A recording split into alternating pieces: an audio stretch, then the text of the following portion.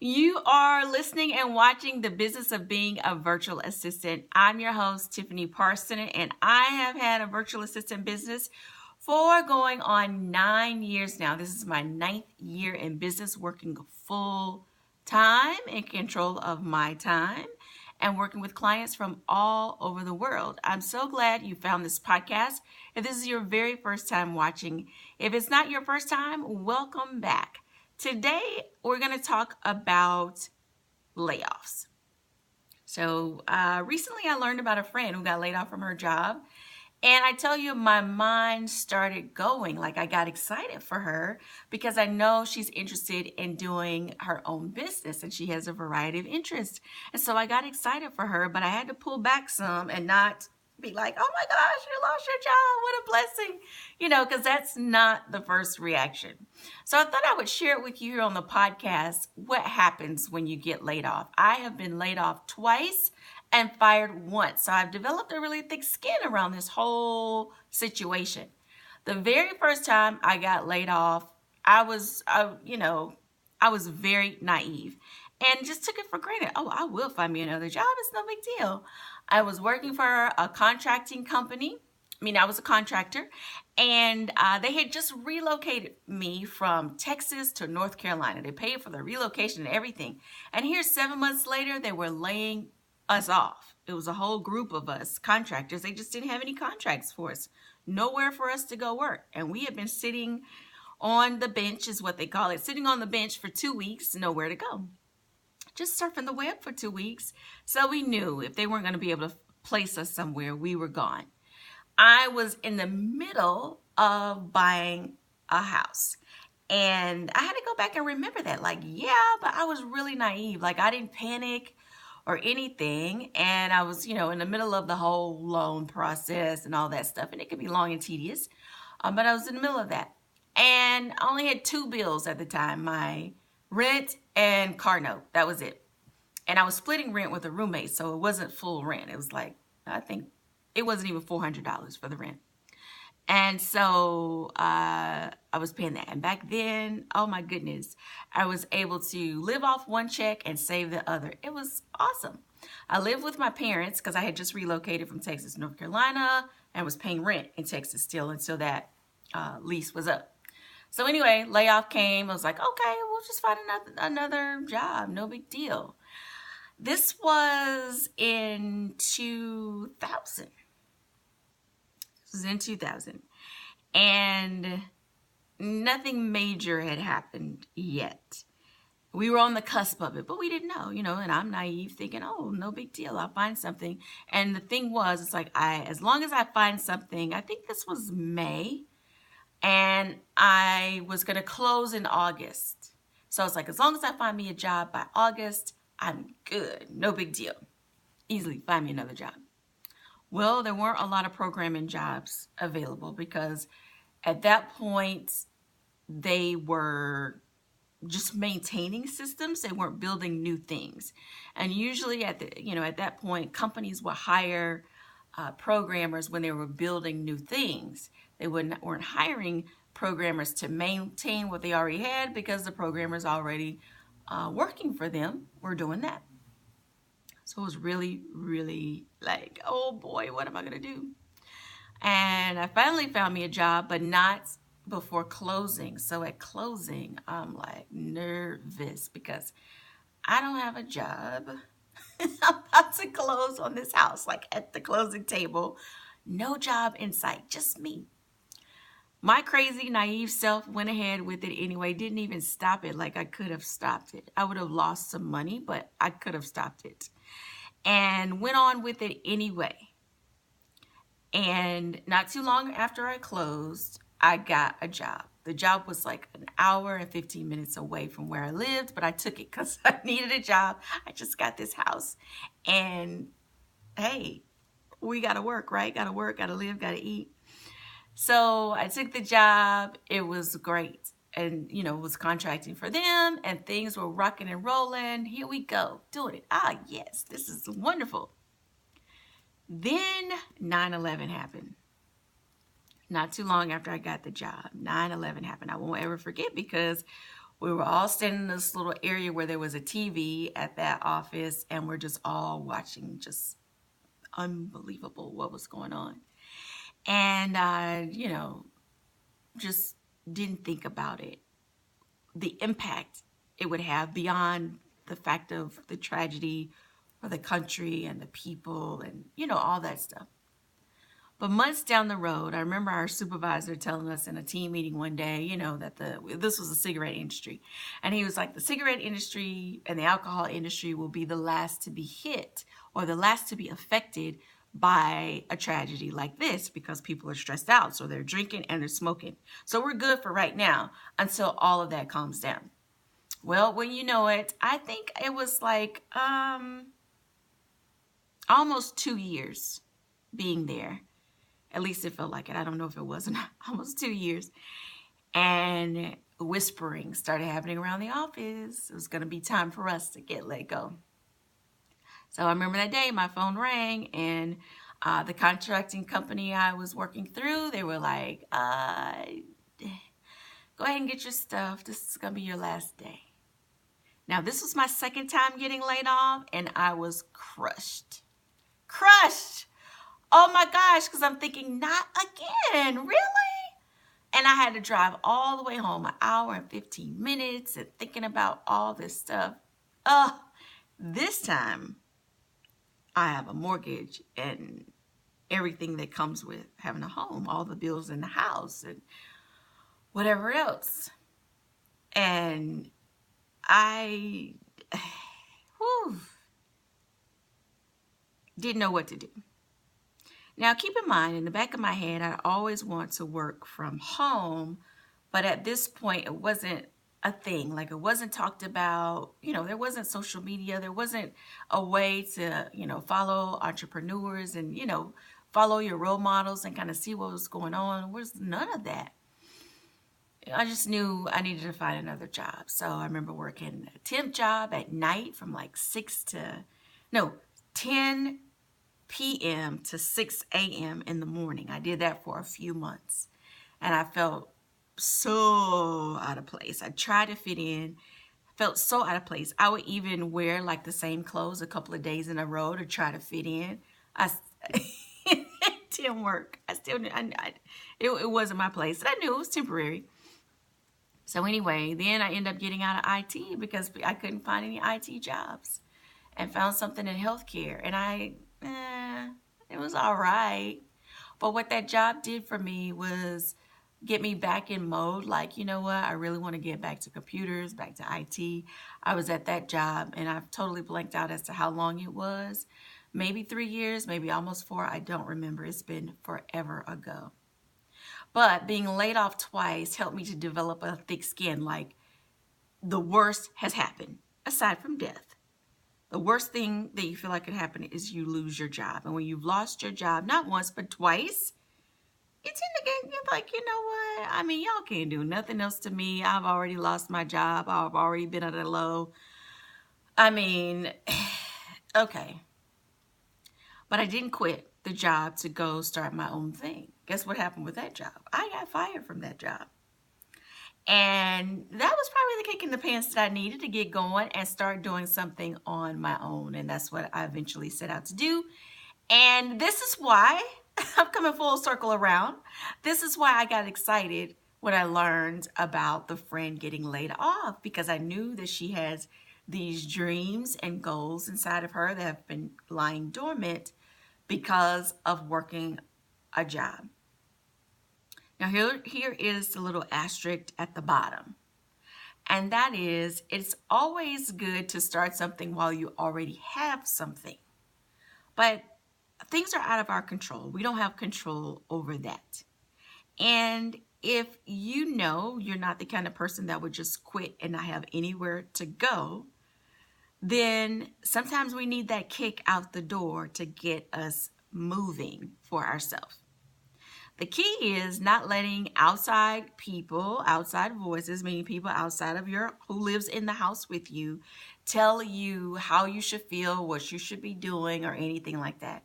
Even if they start asking you about your job search, just let them know it's going great. It's going great as you work to build your own thing. And I know if you're watching this podcast, you want to have your own business. And I would guess maybe it's not even a virtual assistant business, but some type of business where you're in control, where it's yours, it's your baby. And yes, as a business owner, you do have a bunch of other bosses who are your clients, but at the core of it all is you. You get to choose who those people are that you want to work with. You can say yes or no to anybody that you want. I am going to pull up my notes. As soon as I learned about the layoff, I started, I text myself different messages and notes and stuff so I can remember. And I'm going to read to you what I wrote. Excited when someone tells me they got laid off. I do. I get excited. You got laid off, especially when I know what their goals are and things like that for their life. And I did do a little check to make sure she was okay before I, poured my excitement on her. Here's the thing. It's an opportunity to go for what you've been scared to go for because you were afraid of losing. And I talked about that in a previous episode. You were afraid of losing. Well, here you lost. Now you've got a chance to go for what you know. And again, aside from death, losing a job is like the worst thing that can happen. So, okay, it happened. You're here.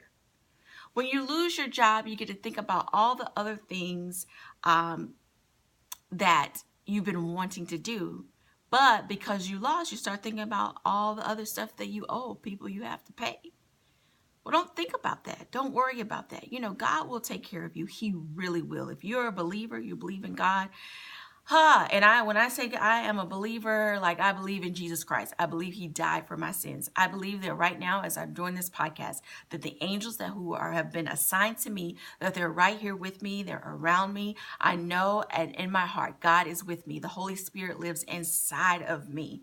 I know that I am not here just cause. I'm not a floating, element or whatever. I am purposed to be here. I'm purposed to do this podcast, and I'm purposed to tell anyone that's listening about being laid off and to give you some comfort and know you're not by yourself, but to encourage you to do what you've been wanting to do but have been afraid because of what people will say.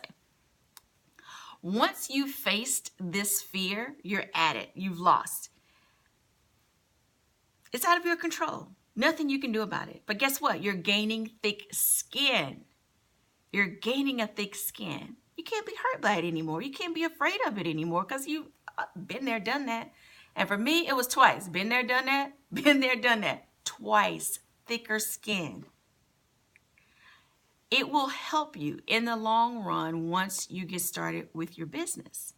Because now clients come and go for whatever reason. And a lot of times it's a reason that's out of your control. It's not about whether you did a great job or not. Maybe their business is just not taking off like they thought they would. Maybe they're not making as much money as they thought they would, or the clients aren't coming fast enough, or they've had a death or a sickness or a layoff. We don't know what happens on the other side of our client's life unless they tell us. And a lot of times they're not going to tell you. So when you lose a client, you can't take it personal. Especially if it's something that's, out of your control, when hey, I did the best job I could. They, gave me complimentary emails. I know I did a great job. We just don't know what's going on the other end. And see, when you come into your business as someone that has been laid off or fired before, you've already got that thick skin to know, don't take it personal. Now, yes, it sucks because now you've got to make some adjustments. You got to figure out what's important, what's not important. Is cable important or is it not important? You need Wi-Fi, so you can't let go of that. So you got to figure out a way. Or if you have to go sit in Starbucks until you're able to afford cable, go do that. I've been there before too. You make sacrifices. I've been there before. I've sat in my car at Dunkin' Donuts using their Wi-Fi because I didn't want to sit inside. Dunkin' Donuts sitting inside is not as comfortable as Starbucks, but at the time I liked Dunkin' Donuts coffee. So I would get their coffee and set up in my car close enough to the building to use their Wi-Fi. Yes, I did. You do what you have to do, right? And look, I loved every minute of it because I loved doing what I was doing for my clients. So here's the deal. And I'm making sure that I don't miss it because when I wrote this message to myself, I was just like, blah, blah, blah, blah, blah. I was typing so fast, I knew I had to come share it with you on the podcast. So I don't want to miss anything. But it's okay if you have to make these adjustments. Can't do cable, can't do Wi-Fi. That's what the other places are for. Panera, Starbucks, whatever it's called in your area. Everybody's got free Wi-Fi nowadays. Buy a drink, sit there, do what you need to do. Do your client search on Upwork.com during that time.